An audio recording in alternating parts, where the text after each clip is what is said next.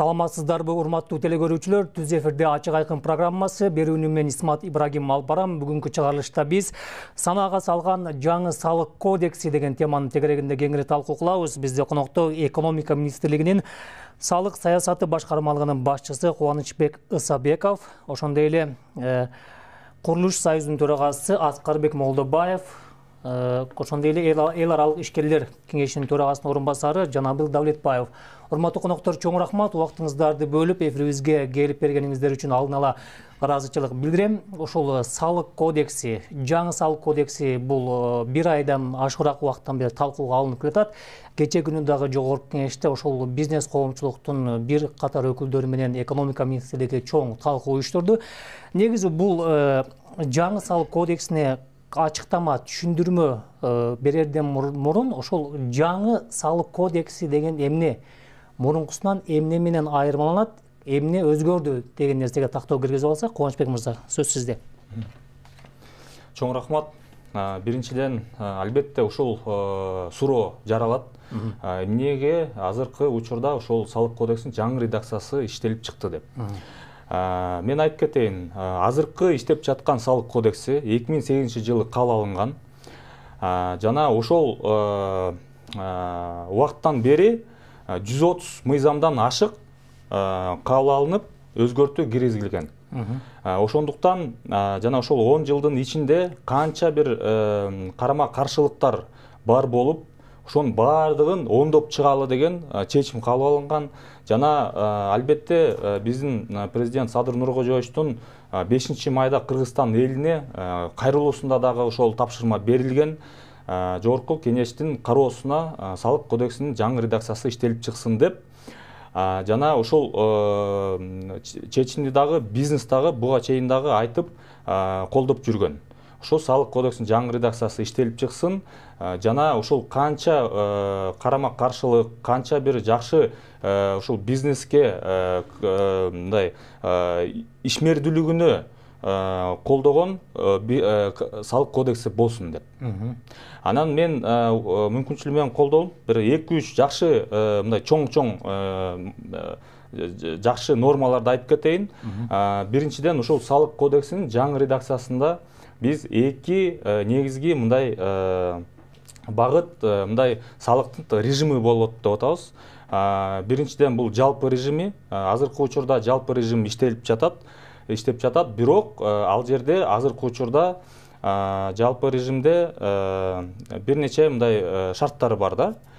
Биз азыр жаңы кодексте болсо жалпы режимде ошол эле ири компаниялар иштесе болот деп атабыз, жана экспортко иштей турган ишканаларга ыңгайлуу деп эсептейбиз. Анткени ал жерде кошумча нарк салыгын төлөш керек, пайдадан алынган салыкты жана сатуудан алынган салык. Бул 3 салыгы калып атат. Азыркы учурда ири компаниялар азыр деле иштеп жатат. Аларга мындай чоң бир өзгөртүү деле болбойт. Эң негизги мындай жакшы деп биз экинчи режимди айтып атабыз. Бул жөнөкөй бирдиктүү салыкты эле төлөгөн режим. Ошол буга чейин айтылып кеткендей, пайдадан салыкты, кошумча нарк салыкты, сатуудан алынган салыкты, 3 салыкты төлөбөй, бир эле салыкты, бул жана оборот 30 миллионго чейинки бир жылда обороту бар ишканалар ошол менен колдонсо болот. Демек, ошол бир эле салыкты төлөйт, бир эле отчетту төлөйт. Бул мына бизнесте эле колдоп жаткан. Жана мен ошо айтып кетейин, ошол бирдиктүү салыктын режиминде ар кандай ставкалар бар. Мен анан кеңири айтып берсем болот. Ага көзүн жетөлү. Бул жерде негизи ошол салык кодексиндеги карама каршылыктарды жоюу, бизнес чөйрөсүнө ыңгайлуулукту жаратуу максатында бул кодекс сунушталып атпайбы? Жанабыл мырза, айтсаңыз, азыр жаңы сунушталып ишке киргене турган салык кодекси ишкерлердин ишин канчалык жеңилдетет, алар үчүн канчалык ыңгайлуу? Албетте, биз деле мурун талап кылганбыз, ушу салык кодексин өзгөртүш керек. Кээ беренелери бири-бирине карамашы келет, кээ беренелери жанакындай жаңы азыркы убакытка жооп бериш керек деп ошо көп талкуулап келебиз да. Биз дагы ушу 2-3 жылдан бери өз сунуштарыбызды айтып келе атабыз. Ошол эле жанакы жакшы мисалдардын бири ушул азыркы фискализация деп коет, электрондоштуруу, берүү, отчетторду берүү жана башка көп нерселер кирди. Жана азыркы иштелип чыккан салык кодексинде да көп жакшы нерселер бар. Ошол эле мага чейин айтып кетишти, 30 миллионго чейин көтөрдү, мисалы кичи жана орто бизнеске парокту, НДСтин парогун деп коет. Андан тышкары андан кийин да айтып кетет го дейм, көп бир нече жакшы нерселер бар, бирок биз эми баягы изилдеп чыгып, кээ бир бизге ушу коркунучтар жараткан беренелер көрдүк да өзүбүзгө. Негизи биз азыр өзгөчө салык кодекси аябай жакшы иштелип чыкпаса, эртең эле ошо ишкерлерге эле кайта эле оор болуп калат да. Ар бир ыкмасын кандай колдонулат, жаңы кирген мисалы ошол эле кайсы бир беренелер болсо, ошолор кандай иштейт, ошолордун баарына коркунучтар болгон үчүн өзүбүздүн сунуштарыбызды бергенбиз. Сиз жакшы иштелип чыкпаса деп атпайсызбы? Кайсы жагдайларды эсепке алып айтып атасыз ушу? Эмнеси жакшы иштелбей калат? Бир нече жагдайлар бар.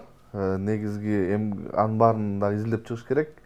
Биз өз убагында көптөгөн сунуштарыбызды бергенбиз. Бул жумушчу топтун ичинде иштелип чыкканда, министрликтин ичинде болгондо.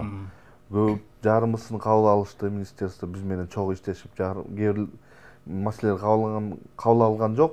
Алардын бири мисалы ошол эле салык кызматынын ролун күчтөтүрүү. Кандай бир салык кызматын сервистүү орган кылбай, ушу ишкерлерге жана салык кодексине кантип колдонуш керек, кантип төлөш керек, отчетторду кантип бериш керек дегенден тышкары кандай бир тергөө иштерин да берип коюшкан. Алдын ала тергөө дознание деген болот. Ошол иштерин да салык кызматына берилип, андан тышкары бюджетке болгон түшкөн салык же салык эмес кирешелердин 3% ошол салык кызматына берилет деген. Бул чоң суммалар. Жанабек мырза, кечиресиз, өзүңүздү бөлдүм. Сиздин сунушуңузга азыр жоопту экономика министрлигинин өкүлүн алып беребиз. Ага чейин ошол жанагы курулуш тармагы боюнча ала турган болсок, курулуш тармагына азыркы жаңы салык кодекси канчалык ыңгайлуу? Бул көпчүлүгү бизге мындай тоскоолдук жараткан, өтө жагымсыз көрүнүштөр пайда болду деп айтып атпайбы агай? Сиз? Биринчиден мен айтайын дегеним, бул налог салык кодексти өзгөртүү убагы жетип деле калган. Мына бизде жаңы конституция болду, анда структура, мамлекеттин структурасы өзгөрдү, названиялар өзгөрдү. Мына ошон үчүн бир топ закондорду өзгөртүш керек. Ошо негизинде бул налогдун өзгөртүш керек болуп калган. Не только баягы эметтен. Бирок мен муну карап чыктым. Бир жаман жери мындай да, мамлекеттин чоң милдети эмне? Создать бизнеске условия түзүп, шарт түзүп, ошол эме өнүксүн деген сөз да, производство өссүн деген сөз да, орусча айтканда. И анан элдин турмуш акыбалы оңолсун деген сөз да. Мына эң негизги мамлекет ушуну карайт да. Анан багыл бул тынччылыкты, мына налогдун негизинде мамлекет ушундай кылып управлять этет да, акчанын негизинде. Бирок мына жерде биздин жаңы налогто карап отурсам, көп нерселерди мындай кылып коюшканда, мына биздин налоговый инспекцияны, налогтерди бир өзүнчө эле бир туурмаш жакка түртүп баратат. Мен баягы жерде айттым. Бул налог деген сөз бизнес менен партнер болуп, муну ошо менен тыкыз иштеш керек да. Билиңизби? Мунуга жерде кичине бир жаман жери бар. Алардыгы жанагы илгерки финансовый полиция деген бар эмес беле? Ошонун функциясын берип атат да, ушу жаман жери. Тиерде бизнес баягы чогулушта бар ушундай каршы. Давайте ушуну токтотсак. Булар биз менен текс иштесин, биз бири-бирибиз менен сүйлөшүп, бири-бирибиз менен мындай эметип табалы болуп жашайсык, налогду төлөп берели дегенде алып, анан тигилер текшерсин дегенде. Бул бир вопрос. Экинчи вопрос, ар бир нерсе мамлекетте любой бизнес жылганда дополнительный эмеден безработицаны жоготуш керек деген сөз бар да, дайым баардык дүйнөдө ошондой. Мунагу жерде көрүнбөйт да ошол, билдиңизби? Ошо көрүнгөн жок. Ошол кандай чагылып, мамлекет создавать этип туруп, ушул жаңы орундар табылат.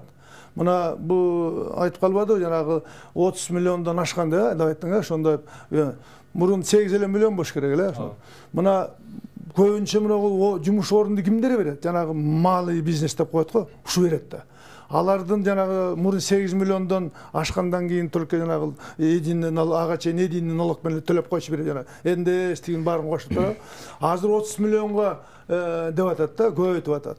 Ошон үчүн ушуну бир оптимально карап берсин деп кече сүйлөштүк, ушуну карап көрөлү. Биз аны эметип албайлы деп атабыз да, жанагы жоготуп албайлы деп атабыз. Мына ушул ягын кара деп сүйлөштүк кече ушуну. Мүмкүн 8 миллион болобу, 10 миллион болобу, ушуну жакшылап эсептеп, стимулировать этели ошол ростко. Ошол малый бизнес. Түшүнүктүү. Анан экинчи вопрос, мен бүтүрөйүн ошону аягына мына. Анан курулуш деген мен айтып атып, анау жумуш орун деген сөз. Бу жерде бизге дополнительный налогдор түшүп атат да, кошулуп атат бизге. Эми курулуш деген өзү бир өзгөчө бул отуруш эле, билдиңби?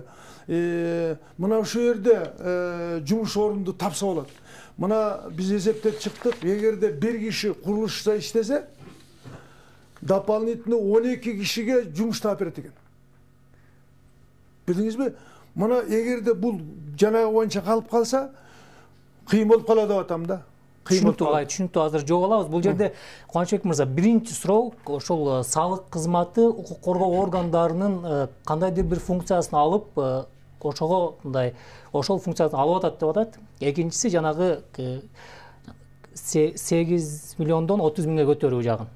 Кыска того тер жерин айтып түшүндүрүп кетсеңиз, эгерде салык кызматына ошол финполициянын милдеттери деп коелу, ошол алынбаса кандай иштемек негизи болобу, ошондой болмокпу? Мен айтып кетейин, анткени бул көйгөйлүү маселе болуп атат. Ком талкууда бул абдан мындай чоң талкуу болгон. Биринчи вариантта салык кодексинин долбоорунда тергөө жана ошол буга чейин айтып кеткендей алгачкы иштер дознание деп коет, оперативдик иш-чаралар экөө тең берилип аткан.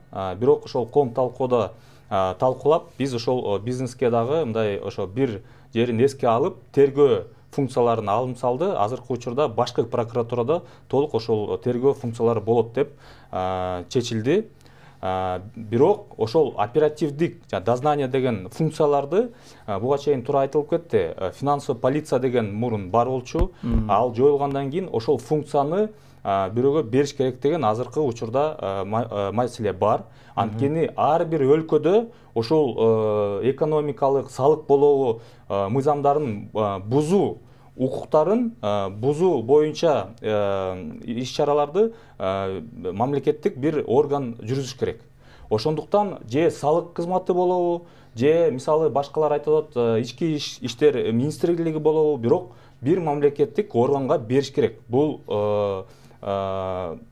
милдеттүү түрдө. Анткени мамлекет деген бир жерде ачык иштеген ишканалар бар, ачык эмес иштеген ишканалар бар. Ошол ачык эмес иштеген ишканалар менен бир нече ошол функциясы бар орган болуш керек. Ошондуктан биз бизнеске деле айтабыз, макул, салык кызматы эгер болбосо, анда кайсы орган болуш керек? Ички иштер министрлигине дагы каршы болуп атышат. Ошондуктан мына урматтуу ишкерлер, жарандар, биз дагы айтып кетели деп атабыз. Биз мына кошумча бир функцияны көбөйтүп, андай маселе жок. Бул буга чейин бар функция, мамлекеттин бул толук укугу бар. Бир мамлекеттик органды, мына сен ушул функцияны аткарасың деген. Ошондуктан азыр мындай сунуш болду. Салык боюнча, бузуулар боюнча салык кызматында мисал келтирип коеюн, бажы кызматында ошондой функция бар. Бажы кызматында өзүнчө подразделение бар, ошондой укук жана функция боюнча дознание, тергөө функциялары өзүнчө ошондой органы бар бажы кызматында. Ошондой эле салык кызматында өзүнчө ошондой болсун деп атабыз.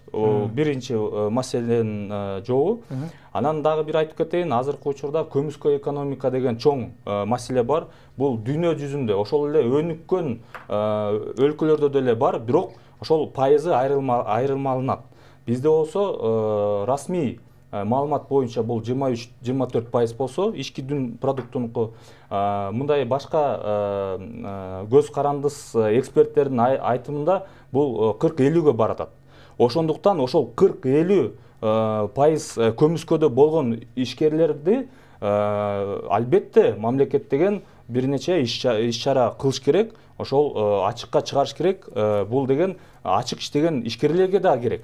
Бул ачык мындай конкуренция болуш керек деген сөз. Экинчи маселе боюнча, курулуш тармагы боюнча Аскар Молдобаевич менен көп таанышпыз. Мына бир нече жолугуш болду. Мен мындай айтып коеюн, биз жумушубузда, биздин министрлик ар бир бизнес тармагы менен жолукканга аракет кылдык. Мисалы, мына курулуш тармагында өкүлдөр менен 3 жолугуш болду.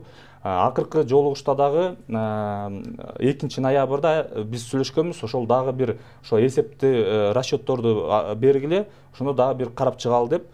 Тилекке каршы 2 күндө бере алышкан жок, бирок мына бүгүн биз алдык анализин, өзүнүн сунуштарын. Албетте мен ойлойм, ошол сунуштарда карап чыгып, бир мындай компромисске келебиз деген ой бар. Түшүнүктүү. Бул жерде жанагы салык органдарына жанагы текшерүүчү, сурак алуучу органдын милдети берилип калды деп атпайсызбы, жанагы Алип мырза? Эгер салык кызматына берилбесе, бул кандай иштеши керек эле сиздердин оюңуздар боюнча? Негизи бул жанагы финполиция жойгондо биз өзүбүздүн сөздү айтканбыз, жойбош керек деп айтканбыз.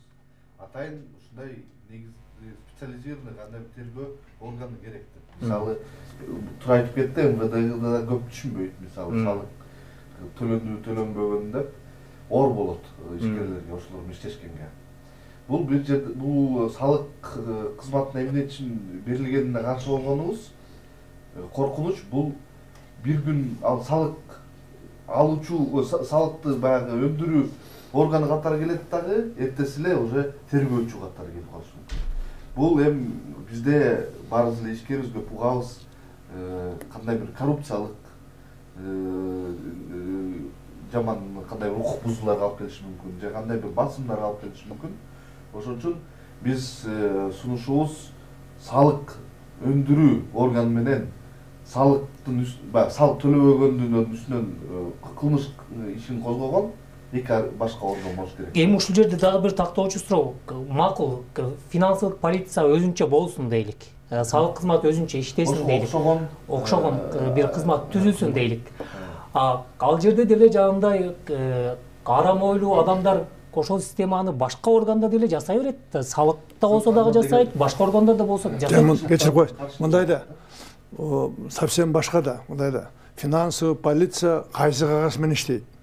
Ал кагаз налоговый налоговый ушулар берсе, текшерип туруп, ушундай деп берсе, анан только баягы розыск кылып, тиги дознание кылып иштейт да. Билдиңби, тиги финансовый. Берден булар өздөрү жасап атпай, өздөрү таап, өздөрү иштеп атат. Берден биздин корконубуз мында болуп атат да. Энди мына билебиз да, мынагу энди айтып эле коелу, мына биздин силовой структураларда ар кандай технология өсүп калган да. Бир толук кагаз келет, тиги келет, бу келет, ушундай кылып эмедип агыл эмелер көп да. Булардын колунда бүт бар да биздин кагазыбыз. Булардын колунда бүт бар да, билдиңби? Анан ошонун негизинде любой киши, любой эле бизнесте эми кармайм десе, ушундай энди 5 кол бир эмес да. Билемет. Мен берден да бир нерсени айтайын, мен бул налоговыйда иштегендер, энди булардын ою эсеп, технологический эсеп, кантип мен эсептегенимди кандай эсепти текшерип, ошонун негизинде мени текшерип айтып, сен мында ошибка экенсиң, муну да оңдойлу деп ушундай деп атабыз да, билдиңби? А не так, эртең эле менің үстімен қағаз жазып, жаңағы инспектор келіп аланан дознание қайдан алдың тыйбы деп кетпесін деп атабыз. Білдің бе шундай бірлей киши. Екіншіден, бұл жақта іштеген кадрлар алыс болуш керек деп ойлаймын мынандай эмеден. Все-таки алыс болса мынандай. Жаңағы білесіз да, бұл мен перевод қылбай қояйын, бұл адам баласына үйретпеш керек та мұны. Бұлар таза болуш керек. Мен ушундан қорқадым. Ушуда иштеген кишилер только эсептеп қана ушул кантип чогулуш керек, туура чогулуш керек деген ойда болуш керек да. Бул жерде сиздер айтып атасыздар, ушул салык төлөй турган адам ошол салык төлөөчү жерге мындай өзүнүн ыктыяры менен эмин эркин барсын, өз каалоосу менен барсын деген ойду айткан атасыздар да. Кандай жолго барган турасыздар эми? Ошол орган калабы же башка жакка өтөбү? Азыркы учурда ошол укуктар деген салык кодексинин долбоору Жогорку Кеңеште. Албетте Жогорку Кеңештин биринчи окуусу өттү, кечээ мына парламенттик угуу болду. Азыр экинчи окууда ошол бүт маселелер каралат. Албетте ошол Жогорку Кеңеш чечип, ошол салык кодекси буйруса ошол кабыл алыш керек. Эми биз азыр көп убакыт ушулга кетип кеттик. Мен буга чейин мен оюмду айттым. Биздин ошол позициябызды дагы айтып кеттим. Эмнеге бул керек? Дагы бир жолу айтып кетейин, коркунуч болбош керек. Анткени бул мамлекеттин функциясы, кайсы орган болот деп мамлекет негизи чечиш керек. Бирок албетте биз ойлойбуз ушул салык бузуу боюнча салык кызматынын өзгөчө мындай подразделениясы болуп, ошол салыкты түшүнгөн адамдар иштесе, ошол ишкерлерге жакшы ыңгайлуу негизи болуш керек. Ошону да биз бир айтып кетейин. Эми ошону улантып ушул ишкерлер кандай бир коркунучтарды азайтканга жана ошол салык кызматынын жана ишкерлердин ортосунда талаш тартыштарды азайтуу боюнча кандай нормалар иштелип чыкты. Биринчиден, азыркы учурда экономика министрлиги түшүндүрмө берет, кайсы бир норма кандай иштеш керек деп. Бирок анын ролу бул мындай рекомендация да. Салык кызматы ошол түшүндүрмөнү ишке ашып, ишке алып иштесе болот, кааласа албай койсо болот да. Демек бизде канча бир мисалдар көп. Ишкерлер деле ошону колдоп жатышат азыркы учурда. Биз ишкерге түшүндүрмө беребиз. Ошол түшүндүрмө салык кодексинин бир беренесин мисалы ошол ишкердин тарабына колдоп. Бирок учурда практикада салык кызматы жок, биз башкача ойлойбуз деп ошол талаш тартыш деген болуп, узарып, сотко чейин жетип атат. Азыркы учурда ошол салык кодексинин нормасы кирсе, экономика министрлигинин түшүндүрмөсүнө ылайык салык кызматы милдеттүү түрдө ошол түшүндүрмө боюнча чечим кабыл алыш керек. Демек, канча бир түшүндүрмө ишкерлердин тарабына болсо, ошол талаш тартыш ошол ишкерлердин пользасына чечим кабыл алынат. Түшүнүктүү. Экинчиси, мен айтып кетейин, азыр бүтүрүп коеюн. Экинчиси, эгер ошол экономика министрлиги же салык кызматынын ошо түшүндүрмөсү боюнча, анткени салык кызматы дагы бир процедура боюнча түшүндүрмө бере алат. Ишкер ошол түшүндүрмө боюнча иштеп, салыкты же төлөп, же төлөбөй, мисалы, анан ошол түшүндүрмө эгер туура эмес болуп калса, мүмкүн ошол канча бир санкция, пеня эгер боло турган болсо, ал болбош керек, жана ишкер күнөөлүү эмес деген ошондой норма да кирип атат. Бул жерде дагы бир суроо бар да, ошол бирдиктүү салык системасын киргизебиз деп атпайсыздарбы? Бул жерде Жанабыл мырза, ошол бирдиктүү салык системасы ошол реалдуу эсептелгенби? Жок, кечирип коесуз. Давайте бул жанагы боюнча айталы. Мындайда, бул сиз мындай положение түзүп берели деп атпайсыңарбы? Эми бул мындайда, эми бардыгы эле ишкерлер ошонун баарын окуп, ошо менен заниматься этип жүрмөк беле. Турмушта башкача да, турмушта башкача. Закон деген ар бир нерсе жөнөкөй болуш керек. Ар бир жерге доступный. Эгерде финансовый эмеге берип койсоңор, жанагындай таржымалын айтасыңбы, положениесин айтасыңбы, ар ким ар кандай окуйт. Аны билдиңизби? Аны только сот туура кечирип коесуз. Бу жерде мында да буларга дагы мындан башка дагы эмени берип атат.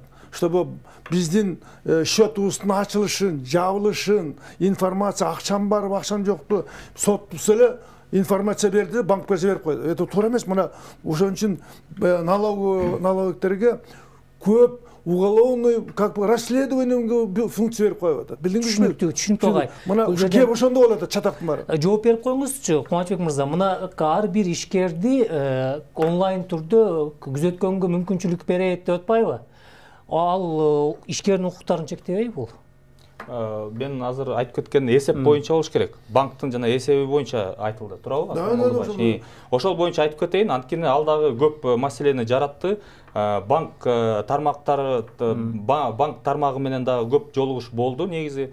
Анан биринчиден азыркы учурда биз компромисстик бир вариантты иштеп чыктык деп биз эсептейбиз. Анткени азыркы учурда салык кодексинин долбоорунда эч кандай салык кызматкери банкка запрос кылып ар бир каалаган ишкердин же бир жарандын эсебин мага бер деген укугу жок.